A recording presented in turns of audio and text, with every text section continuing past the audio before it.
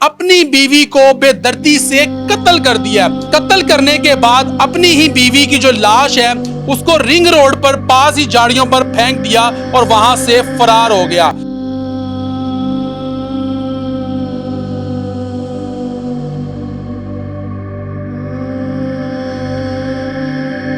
ये क्या मामला हुआ था कि पापा ने मम्मा को कत्ल कर दिया? अंकल जी पहले भी लड़ाइयाँ होती थी। अच्छा। तो बहुत बेदर्दी से पापा मारते थे मम्मा को। पापा कोई काम नहीं करते थे, हम तो घर में भूखे भी सो जाते थे तो मम्मा से बर्दाश्त नहीं होता था। दी आपके पापा ने उनकी लाश के टुकड़े करके तोड़े में बंद करके फेंक दिए? टुकड़े नहीं किए थे, बाजू वगैरह गले फाड़ा था तो हमारी छाती वगैरह तोड़ दी, घुट वगैरह तोड़ दिए थे। हाँ जी, मोढे वगैरह भी तोड़ दिए थे। तो उसके बाद बॉडी में बंद करके रिंग रोड टूल प्लाजा उधर झाड़ियों के बीच में गिरा दिए। तो और हम यही कहते हैं वज़ीर पंजाब मील से हम इंसाफ से और उस मुजरिम को जल्द से जल्द फांसी चढ़ाई जाए। पापा हमें भी मारते थे मगर मम्मा हमारे आगे हो जाती थी, बच्चों को नहीं तुमने मारना। तो इस वक्त पकड़े गए आपके वाले? हाँ जी पकड़े। कहाँ से पकड़े गए? ये हमें नहीं पता मगर वो पहले जिधर अपने पहले रहते थे ना हरुणाबाद, जिधर वो पहले से रहते थे उधर से ये पकड़े गए हैं। सबसे बड़ी बहन थी वो जिसके साथ जुल्म किया है। उसने पता नहीं उसको नींद की गोलियां दी, जहर दिया, पासपोर्ट में यही बता रहे जहर भी दिया और कत्ल भी ऐसा किया। ये बेहोश हो गया था, ये इसको हमने अचानक नहीं बताया, आहिस्ता आहिस्ता इसको बताया। एलसीडी बेची, ओवन बेचा, फ्रिज बेच दी, सोने के कांटे मेरी बहन के बेच दिए, हर एक चीज बेच के उसके बाद भी उसने सब्र नहीं आया, मेरी बहन को ही उसने मार दिया। सीसी वालों को ये हवाले करना चाहिए ऐसे मुजरिम को, जिसने उसने गुनाह किया हमारे साथ। उसने हमारा फायदा ये उठाया, हमारे माँ बाप ने हर अपने दिल की मर्जी की, हर एक ने। बिस्मिल्लाहिर्रहमानिर्रहीम, अस्सलाम वालेकुम नाज़रीन, मैं हूं आपके साथ मेज़बान नईम भट्टी और आप देख रहे हैं 89 न्यूज़। नाज़रीन, थाना रावी रोड की हदूद में इंतहाई अफसोसनाक और दिलखराश वाक़या पेश आया है, जहां पर जालिम शौहर ने अपनी बीवी को बेदर्दी से कत्ल कर दिया। कत्ल करने के बाद अपनी ही बीवी की जो लाश है उसको रिंग रोड पर पास ही झाड़ियों पर फेंक दिया और वहां से फरार हो गया। ये अफसोसनाक वाकया जो है ये रावी रोड की दूध में पेश आया था। इस वक्त जो मकतूल है उसके बच्चे मेरे साथ मौजूद हैं। मकतूला जो है 2 बच्चों की माँ थी और इस वक्त बेटी भी मेरे साथ मौजूद है, मासूम बच्चा भी जो है मेरे साथ मौजूद है। सारी कहानी इन्हीं की जुबानी जानते हैं कि ये सारा अफसोसनाक वाकया किस तरीके से पेश आया कि जालिम शोहर जो है उसने इतनी बेदर्दी के साथ अपनी बीवी को जो है कत्ल किया, उसकी गर्दन काटी और छुरियां चलाकर उसको बेदर्दी से कत्ल कर दिया। इस वक्त मकतूला की बहन भी मौजूद है, बेटी भी मौजूद है जो और उसके बाद बेटा भी मौजूद है। सबसे पहले बात करेंगे मकतूला की बेटी से, इससे पूछते हैं कि ये क्यों इनके जो वालिद हैं उन्होंने इतनी बेदर्दी से इनकी वालदा का कत्ल किया। अस्सलाम वालेकुम बेटा। वालेकुम सलाम। बेटा क्या नाम है आपका? महनूर। महनूर पढ़ती हो बेटा? हाँ जी। अच्छा बेटा, ये क्या मामला हुआ था कि पापा ने मम्मा को कत्ल कर दिया? अंकल जी पहले भी लड़ाइयाँ होती थी। अच्छा। तो बहुत बेदर्दी से पापा मारते थे मम्मा को। तो हाँ जी, हम थाने गए हैं तो पर्चा होने वाले थे तो रुक गए, तो वो पुलिस वाले अंकल ने बीच में पड़े थे तो उन्होंने कहा ये नहीं ऐसा करेगा, अगर ये अब ऐसा करेगा ना तो फिर हम इसको खुद मैं जेल में डालूंगा। और जुमे वाले दिन का आपको मैं वाक़या सुनाती हूँ। जुमे वाले दिन हम सुबह उठे हैं, मम्मा ने हमें तैयार किया, हमें खाना खिलाया। पापा कहता है ये लो दूध पी लो। तो दूध में पता नहीं क्या था, मम्मा अचानक से ना गिरने लग गई थी, जैसे बंदा चक्कर नहीं खा जाता वैसे। मम्मा कहते चलो आप लोगों को स्कूल छोड़ने जाती हूँ। रोज मम्मा हमें स्कूल छोड़ने जाती थी, पार्टीज वगैरह भी हो तो हमें मम्मा छोड़ने जाती थी स्कूल। तो पापा उसी दिन कहता नहीं मैं छोड़ाता हूँ, तुम्हारी तबीयत नहीं ठीक। तो पापा हमें पहली मर्तबा उधर छोड़ने गया था स्कूल। हाँ जी, ये जुम्मे वाले दिन का वाक़या? जी जुम्मे वाले दिन का। उससे पहले झगड़ा हुआ था मम्मा पापा का? हाँ सुलह पहले भी हुआ था झगड़ा, बहुत मर्तबा हुआ था। हाँ जी, कोई काम नहीं करते थे। काम भी नहीं करते थे? नहीं। अच्छा, फिर? हमारी मम्मा हमारा घर की चीजें बेचते थे। हमारी मम्मा खुद हमारे लिए इतना कदम उनको उठाने के लिए वो मजबूर होगी। उन्होंने एक दिन वो एक इजाफा डॉक्टर नहीं होने के घर ये कुकिंग करने जाती थी, फिर वो शक करना शुरू हो गया था। मम्मा 9 बजे उधर से आ जाती थी। अच्छा, मम्मा आपकी घरों पे काम करती थी, लोगों के घरों? हाँ जी, सिर्फ एक ही घर था। पापा कोई काम नहीं करते थे, हम तो घर में भूखे भी सो जाते थे, तो मम्मा से बर्दाश्त नहीं होता था। मम्मा कहती चलो आओ मैं काम करने के लिए ढूंढती हूँ, तो फिर मम्मा उधर से जो सा खाना लाती थी वो हमें खिला देती थी, तो पापा लड़ता था। फिर ये शक करना शुरू हो गया। अव्वल से तो ये खुद छोड़ने जाते थे, खुद लेके आते थे। अच्छा, फिर उसके बाद हम जुम्मे वाले दिन ये छोड़ने गए हैं, तो बीच में रास्ते में 2 या 3 बार फ़ोन आ रहे, ये रिसीव नहीं कर रहे थे। अच्छा, तो हम स्कूल गए हैं। उसके बाद हम 12 बजे आए हैं घर।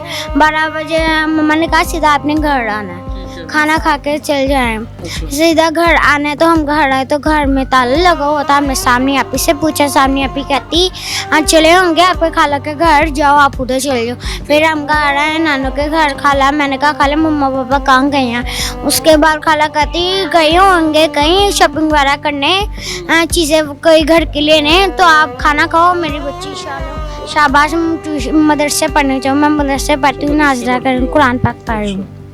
तो उसके बाद हम ट्यूशन आए। उसके बाद मेरा बड़ा मामू जोन से ना वो पिंडी गए और जोन से मदई है, वो गए हुए थे। मेरे छोटे मामू ने फ़ोन किया, बहन 24 घंटे हो गए हैं अभी तक आई नहीं है। बहन भी नहीं आई और वो भाई भी नहीं आया जो से मेरा पापा था। अच्छा, तो उसके बाद फिर मेरा बड़ा मामू कहता जाओ पुलिस स्टेशन आप दरख्वास्त लिखाओ। फिर दरख्वास्त लिखाई उन्होंने। हमें अगले दिन हफ्ते की रात को, हमें त्योहार की रात को, हफ्ते की रात को तो हमने वो दरख्वास्त दी थी ना। अगले दिन हमें डेड बॉडी मिली। मामू वगैरह खाला डेड हाउस गए तो उधर से बॉडी पहुँचान दी गई, तो वो लाश ऐसे पड़ी हुई थी। तो रात को आए हैं तो हमने उन का जनाजा वगैरह पढ़ा है और उसके बाद ने अल्लाह की तरफ कर दिया। अच्छा, मम्मा की, आपकी जो मम्मा थी, आपके पापा ने उनकी लाश के टुकड़े करके तोड़े में बंद करके फेंके हैं? टुकड़े नहीं किए थे, बाजू वगैरह गले फाड़ा था, तो हमारी ये छाती वगैरह तोड़ती, घुट वगैरह तोड़ दिए थे। उसको भी तोड़ दिया? हाँ जी, मोढे वगैरह भी तोड़ दिए थे। तो ये जो से हमारे ये गोडे वगैरह होते वो भी तोड़ दिए थे। तो उसके बाद बॉडी में बंद करके रिंग रोड टूल प्लाजा उधर झाड़ियों के बीच में गिरा दिए। तो और हम यही कहते हैं वज़ीर पंजाब मील से हम इंसाफ से और उस मुजरिम को जल्द से जल्द फांसी चढ़ाई जाए, बस।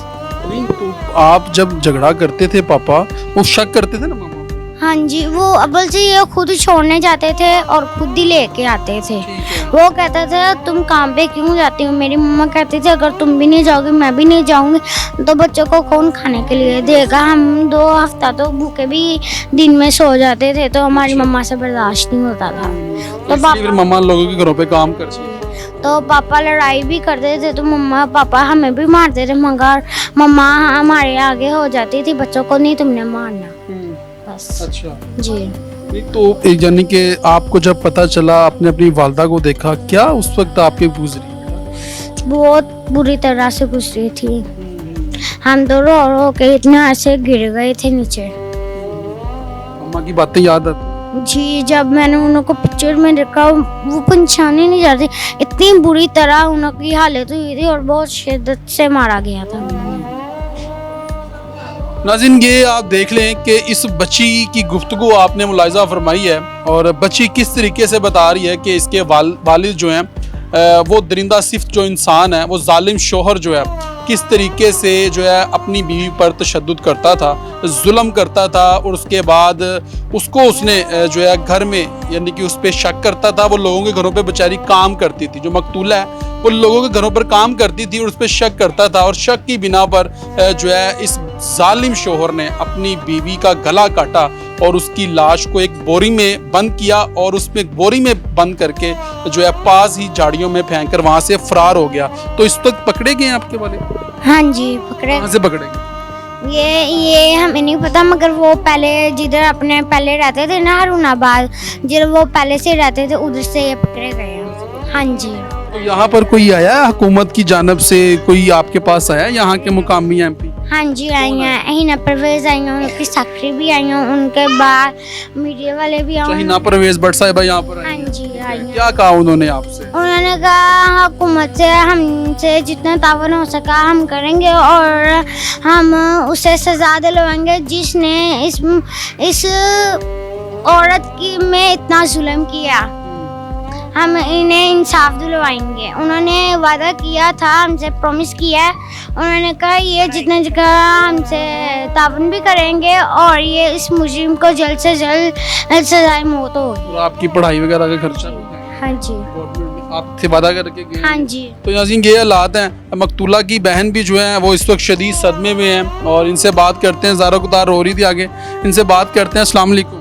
वालेकुम अस्सलाम। बहन ये बहुत बड़ा वाक़या है कि आपका जो बहनोई है उसने बड़ी बेदर्दी के साथ जो है आपकी सिस्टर को कत्ल किया, गर्दन पे छुरियां चलाई, उसके बाद उसकी लाश को बोरी में बंद किया और फेंक के फरार हो गया। कितने बहन भाई हैं?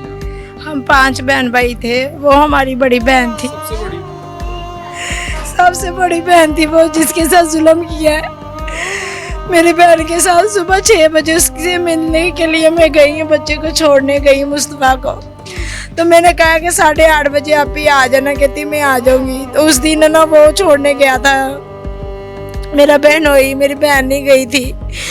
उसने पता नहीं उसको नींद की गोलियां दी, जहर दिया, पासपोर्ट में यही बता रहे जहर भी दिया और कत्ल भी ऐसा किया। फिर उसके बाद उसने बच्चों का भी नहीं ख्याल किया। हमने एक कमरा नवाज शरीफ अस्पताल का चेक किया कि मेरी बहन बीमार थी, कहीं इधर दाखिल तो नहीं है। हमें तो पता भी नहीं था, उसने कत्ल कर दिया। बच्चों का भी नहीं उन्होंने सोचा कि क्या होगा इनके साथ। ये 2 दिन के बाद हमने इसको बताया, इसके बेटे का दिल कमजोर है, ये बेहोश हो गया था। ये इसको हमने अचानक नहीं बताया, आहिस्ता आहिस्ता इसको बताया। उनको भी पता था, भाई सरवर को पता था कि इसके दिल कमजोर है, फिर भी उसने ऐसा जुल्म किया हमारे साथ। बस हमें चाहिए इंसाफ। बहन ये बताएं, आपकी बहन जो है वो लोगों के घरों पे काम करती थी? हाँ जी, लोगों के घरों में काम करती थी, कुकिंग करती थी, खाना खुना बना लेती थी, कपड़े वगैरह भी धोने चली जाती थी। सिर्फ बच्चों के लिए के फीसें देनी है, 10 महीने की स्कूल की ट्यूशन की फीसें देनी है, डबल किराया हो गया था। फिर उसके बाद सब्जी मंडी का 3-4 लाख का कर्जा था। उसने घर की एक चीज़ बेची, LCD बेची, ओवन बेचा, फ्रिज बेच दी, सोने के कांटे मेरी बहन के बेच दिए, हर एक चीज़ बेच के उसके बाद भी उसने सब्र नहीं आया, मेरी बहन को ही उसने मार दिया। मेरी बहन को ही उसने मार दिया। हमें बस इंसाफ चाहिए। पहले भी शक करता था, तशद्दुद करता था, ऐसे ही आपका भी बता रही है, बच्ची थाने तक बात चले गई थी, फिर सुलह हो गई। वो मेरी बहन भी थी, मेरी जेठानी भी थी। वो औलाद की बेचारी नहीं रहना चाहती थी कि मेरा घर भी खराब हो जाएगा। हम दोनों बहनें एक ही घर में थी। मैं 4थे नंबर पे थी, वो पहले नंबर पे थी। उसने कहा अगर मैंने कुछ फैसला ये किया तलाक का, तो ये इसको भी दूसरी को भी हो जाएगी। सिर्फ मेरी वजह से भी उसने। भाई है वो आपका शोहर है? हाँ जी, वो शोहर है। उसने भी नहीं हमारे साथ अच्छा किया। एक ने लूट लिया और एक ने कत्ल कर दिया। दोनों को सजा मेरी तरफ से तो मिलनी चाहिए। मेरे भाई के घर डाका डलवा दिया था उसने, मेरे शोहर ने। हमारे साथ हमारे माँ बाप नहीं है, हमें तो अपने माँ बाप नहीं भूले, ना हमारे माँ है ना बाप। हमें अपना नहीं भूला तो इनका कैसे भूलेगा। हमारे साथ बहुत जुल्म किया, हमें बस इंसाफ चाहिए।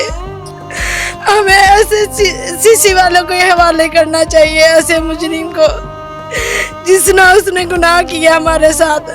उसने हमारा फायदा ये उठाया, हमारे माँ बाप ने हर अपने दिल की मर्जी की, हर एक ने। कभी उसे समझाया नहीं था कि सरवर भाई ये ना शक किया करो, बच्चों की तरफ देखो, बच्चे हैं छोटे छोटे, तो गलत ना ऐसे ना करो, क्यों तशद्दुद करते हो मेरी बहन पे? वो काम भी करती है, कमा के भी देती है, फिर भी मार रहा है। हमने बहुत दफा समझाया, वो हमसे भी बदतमीजी कर लेता था, मगर 3-4 दफा हमने पुलिस स्टेशन दरखास्त लिखवाई हैं। फिर उधर अल्लाह नबी का वास्ता करके पैर पकड़ लेता था, माफी कर दे, एक दफा मैंने माफ कर दे। ਅਸੀਂ ਸ਼ੁਰੂ ਤੋਂ ਮਾਫ ਕਰਦੇ ਆਏ ਆ ਕਿ ਚਲੋ ਪਹਿਲਾਂ ਤਾਂ ਘਰ ਵਸ ਜਾਏ। ਮੇਰਾ ਭਰਾ ਨੇ ਬੜਾ ਉਹਨਾਂ ਨਾਲ ਤਾਵਨ ਅੱਛਾ ਕੀਤਾ। ਜਦੋਂ ਇਹਨਾਂ ਦਾ ਪਿਓ ਫੌਤ ਹੋਇਆ, ਇਹਨਾਂ ਕੋਲ 1 ਰੁਪਿਆ ਨਹੀਂ ਸੀ। ਮੇਰੇ ਭਰਾ ਨੇ ਕੋਲੋਂ ਪੈਸੇ ਦੇ ਕੇ ਉਹਨਾਂ ਦੇ ਮਾਪਿਓ, ਮੇਰਾ ਮਾਮੂ ਸੀਗਾ वो। आपको कितनी देर बाद पता चला था? क्योंकि आप बता रही हैं कि ये जब घर से गायब हुई हैं और उसके बाद आपने एप्लीकेशन भी दी थाने, दरख्वास्त जमा करवाई, कितनी देर बाद आपको पता चला था कि आपकी बहन की लाश फलान जगह पे पड़ी हुई है? हमने जुमे वाले दिन रात को, सुबह सारा दिन नहीं हमें मिली, तो फिर हमने रात के 11-12 बजे मेरा भाई से हमने कहा कि वो आप ही नहीं मिल रही ना भाजी मिल रहा। फिर ਅਸੀਂ ਦਰਖਾਸਤ ਦਿੱਤੀ ਹੈ। ਫਿਰ ਜਦੋਂ ਦਰਖਾਸਤ ਦੇਣ ਗਏ ਅੱਗੇ ਉਹਨਾਂ ਨੇ ਕਿਹਾ ਸੀਗਾ ਕਿ 1-2 ਲਾਸ਼ਾਂ ਹੈਗੀਆਂ ਉਹਨਾਂ ਦੀਆਂ ਨਾ, ਤੁਸੀਂ ਵੇਖਣ ਜਾਣਾ ਹੈਗਾ ਵਾ। ਮੈਂ ਕਿਹਾ ਭਾਈ ਇਸ ਤਰ੍ਹਾਂ ਦੀ ਗੱਲ ਨਾ ਕਰੋ, भाई इस तरह की गल ना करो, छोटे छोटे बच्चे ने, अल्लाह नु सलामत रखे। फिर उसने कहा कि नहीं आप, फिर हम उस दिन ही गए। फिर हम हफ्ते वाले दिन उन्होंने 3 बजे रात के हमें बुलाया गया। फिर एक की वारदात होगी, वो ले गए अपनी लाश को, एक और पड़ी हुई है रेड कपड़ों में। मैंने कहा मैंने तो ग्रीन कपड़े देखे थे उसके। तो फिर जब मैं मेरे भाई के साथ डेड हाउस देखने गए हैं तो उधर पता चला है वो मेरी बहन ही थी। वो उसके कांटे, उसकी आंखों से पता चल रहा था, बाजू से उसका जिस्म इतना ज्यादा फूल गया था, जहरीला टीका लगाया था कि एक दिन में वो गालियां शनाख्त ना हो। मैंने अपनी बहन का मुंह देखा, मुझे नसीब बर्दाश्त नहीं हुआ, मैं झटके से नीचे गिर गई। इतना जुल्म किया तो उसका नीचे से गला देखा तो गले में निशान थे चुरियों के। बहन हौसला करें, अल्लाह की ज़ात आपको सब्र जमील अता करे। बड़ा अफसोसनाक वाक़या है, यकीन करें बच्चों को देख के दिल खून के आंसू रो रहा है। ये मासूम बच्चा, इनका क्या कसूर था? ना वालिद का साया सर पर रहा, ना माँ रही, तो अब इनका बाकी अल्लाह पाक की ज़ात इनके हाल पर रहम करे। अच्छा मेरी बहन ये बताएं कि कोई मुतालबा करना चाहती हैं विज़िटर पंजाब मरियम नवाज साहिबा से? हम यही करना चाहते हैं कि बच्चों का मुस्तकबिल का हमारा साथ दे, इनके लिए पढ़ाई का खर्च की वो कर दे, बहुत मेहरबानी। और दूसरा उस जालिम को वैसी सजा दे जैसी उसने मेरी बहन के साथ की है।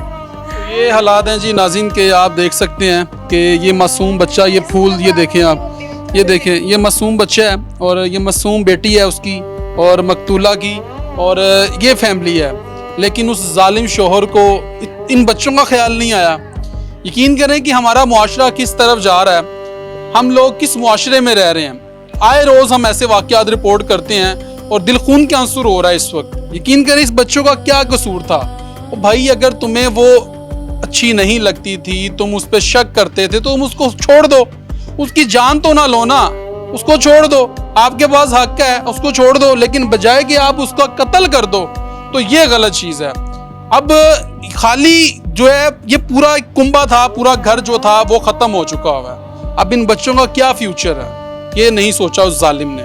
उस जालिम ने ये नहीं सोचा कि मैं तो कत्ल करके खुद जेल में चले जाऊंगा, वहाँ पे मुझे कपड़े मिलेंगे, साबुन, कपड़ा, यानी कि जो भी तुम्हें हर चीज़ मिलेगी वहाँ पर, लेकिन इन बच्चों का कौन बनेगा? इन बच्चों का मुस्तकबिल क्या है?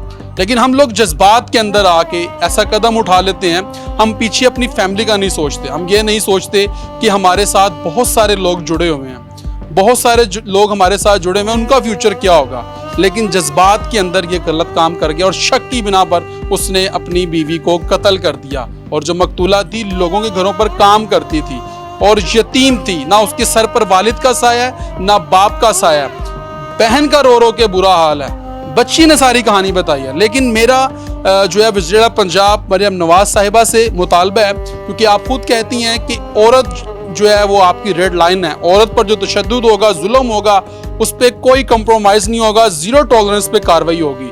लेकिन ये भी जो मकतूला है, ये भी इस कौम की बेटी थी, आपकी बेटी थी और आप माँ हैं।